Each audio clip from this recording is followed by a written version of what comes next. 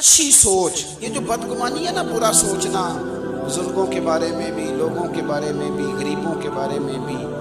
اگر کسی بندے کو 4 پیسے مل گئے تو یہ کہنا کہ یار پتہ نہیں اس نے کون سا بینک لوٹا ہے، اور اگر نہیں ملے تو کہنا یہ کاہل ہی بڑے ہیں، کام ہی نہیں کرتے.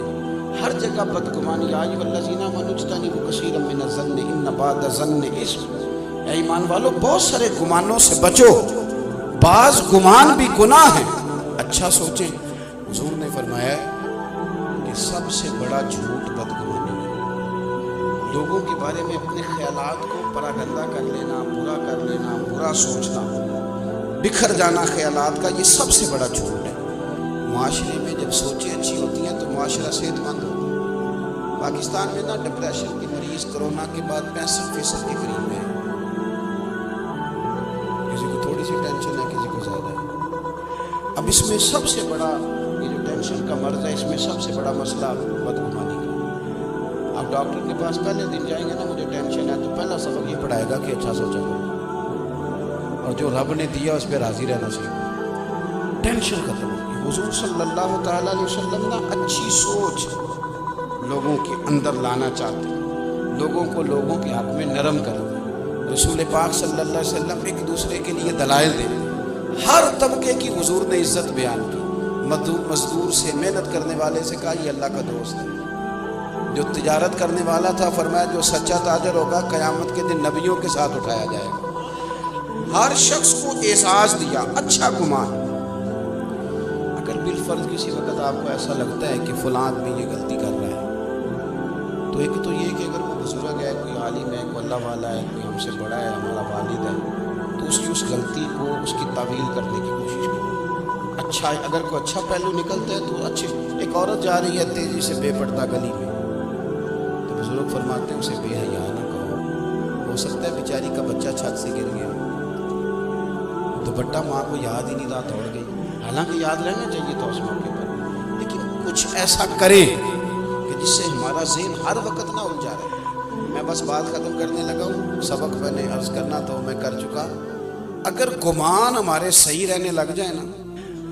میں ملک سے باہر تھا تو ایک صاحب مجھ سے کہنے لگے مولوی بڑے برے ہیں، پیروں کا کوئی حال نہیں، سیاستدان سارے پاکستان کے خراب ہیں، قوم ساری لالچی ہے. میں نے کہا دور بیٹھے آپ کو کیا بتاؤں. اگر مولوی پیر کچھ نہیں کر رہے تو مسجدوں کے اندر رمضان میں حافظ زیادہ ہوتے ہیں، مسجدیں تھوڑی ہوتی ہیں. تو ان کو کوئی پڑھا رہا ہے تو اتنے بندے پڑھ رہے ہیں، کوئی عالم بنا رہا ہے تو بن رہے ہیں. کوئی آپ نے کبھی دیکھا ہے کہ آج ہڑتال ہے مولویوں کی، جمعہ نہیں ہوگا؟ کیا بات کرتے ہیں آپ، دور بیٹھ کے بدگمانی. اور جہاں تک قوم کا تعلق ہے، جس بیٹی بیچاری نے خود سلائی مشین پہ بیٹھ کے اپنا جہیز بنایا تھا نا، جب زلزلہ آیا کشمیر میں تو اس نے بھی کہا تھا ابا میں 3 کپڑوں میں چلی جاؤں گی، یہ زلزلے والوں کو دے دے سب. یہ جوان جن کو لوگ بڑا برا کہتے ہیں، ایک بابا جی کو خون کی ایک بوتل کی ضرورت پڑ جائے تو 14 بچے گلیوں میں کھڑے ہوتے ہیں. ان کو برا کہتے ہیں. ہم اپنی سوچ کو ٹھیک نہیں کرتے. وہ کیا کہتے ہیں نا، کا شیشہ نہیں صاف کرنا، سامنے والے کا منہ ہی صاف کرتے رہنا. آپ تھوڑی سی توجہ دیں. امام عبداللہ جعفری رحمۃ اللہ لکھا ہے کہ سارا بغداد جتنا بھی تھا سب عزت کرتا تھا حضرت بشر عافی رحمۃ اللہ علیہ کی. سارا بغداد عزت کرتا، پیار کرتا. ننگے پاؤں چلتے تھے تو جانور بھی گوبر نہیں کرتے تھے. اتنا اللہ تعالیٰ نے انہیں اعزاز دیا تھا، نوازا ہوا تھا. لیکن بغداد کا ایک تاجر تھا، وہ کہتا تھا مجھے نہیں اچھے لگتے حضرت بشر عافی. بھائی تمہیں کیوں نہیں اچھے لگتے، ذرا وجہ سنو. کہتے اس لیے نہیں اچھے لگتے کہ وہ جمعے والے دن آپ فرض پڑھ کے چلے جاتے، باقی مسجد میں نماز نہیں ادا کرتے. مسجد میں کون سی نماز پڑھنا ضروری ہے، وہ پڑھ بھی لیجیے. ہمارے ہاں نا باقیوں پر تو نہیں، پر پابندی ہوتی ہے کہ عصر کی بھی پہلی 4 سنتیں پڑھیں، اس پر پابندی ہے. تو میں اکثر کمیٹی والوں سے پوچھتا ہوں کہ جو پابندی اللہ رسول نے نہیں لگائی وہ آپ کیوں لگاتے ہیں. مہربانی کریں، لوگوں کو گنجائش دیں. آپ وہ جبر کیوں کرتے ہیں جو آپ کو نہیں کرنا چاہیے. جی حضرت بشر عافی رحمۃ اللہ علیہ فرض جماعت کے ساتھ جمعے والے دن پڑھتے ہیں تو باقی نماز پڑھے بغیر چلے جاتے ہیں. لوگوں نے اسے سمجھایا تو تاجر کہتا ہے مجھے بڑے عرصے کے بعد ایک دن خیال آیا ویسے پتہ کروں تو صحیح، کچھ تو مجبوریاں رہی ہوں، یوں ہی کوئی بے وفا نہیں ہوتا. پتہ تو کروں مسئلہ کیا ہے. معلومات تو کروں.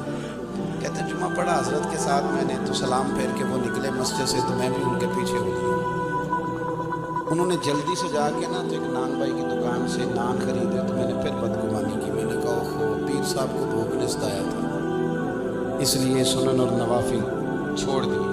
پھر وہ تھوڑا آگے گئے تو انہوں نے گوشت والی دکان سے کباب خریدے ہوٹل سے. تو میں نے کہا مولانا کی عمر دیکھو ذائقے دیکھو. پھر وہ جنگل کی طرف بڑھے تو میں نے تیسری بدگمانی کی. میں نے کہا یہ مریدوں سے چھپ کے سبزے پہ بیٹھ کے کھائے گا. کہتے تھوڑا سا رستہ گزرا تو ایک کچا مکان آیا, باہر سے کنڈی لگی تھی. شیخ نے اپنے ہاتھوں سے وہ مکان کی دروازہ کھولا اور میں دیکھ رہا تھا سامنے ایک فالج کے مریض بزرگ لیٹے. اور جب وہ آگے بڑھ کے میں نے دیکھا تو ان کے منہ سے رطوبتیں نکل رہی تھیں اور وہ تکلیف میں تھے. حضرت بشر آفی نے پہلے سیدھا کر کے لٹایا, پھر اپنا امامہ کھول کے پانی میں ڈبو کے ان کا منہ دھویا اور پہلا لقمہ توڑ کے ان کے منہ میں ڈالا تو فرمانے لگے بابا ناراض نہ ہونا, جمعہ تھا مجھے دیر ہو گئی, ابھی تو میں نے سنتیں اور نفل بھی پڑھنے ہیں, ابھی تو میری بقیہ نماز رہتی ہے. وہ شخص کہتا ہے میں باہر کھڑا تھا تو میرا وجود کانپنے لگا. میں کیا کہتا تھا یہ کیا بنا, میں کہاں کھڑا تھا, یہ کیا رنگ نکل آیا. حضرت شیخ نے جب کہا نا معاف کر دو تو بابا جی رو پڑے. کہنے لگے میرا آگے پیچھے کوئی نہیں اور جو تھے وہ بھی مجھے چھوڑ گئے.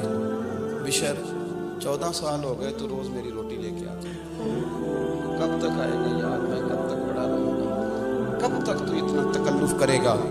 تو حضرت بشر حافی نے ان کو روتے دیکھا تو روئے, آنسو پوچھ کے کہنے لگے یہ جو رب کی اتنی رحمت برستی ہے نا اور انسانوں سے لے کر جانور تک میری قدر کرتے ہیں تو اس کے پیچھے حکمت یہ ہے کہ میں آپ کی خدمت کرتا ہوں تو اللہ نے مخلوق کے دل میں میری محبت پیدا فرما دی. اپنا گمان ٹھیک کریں, سوچیں ٹھیک کریں. حضور کی غلامی میں جو سوچیں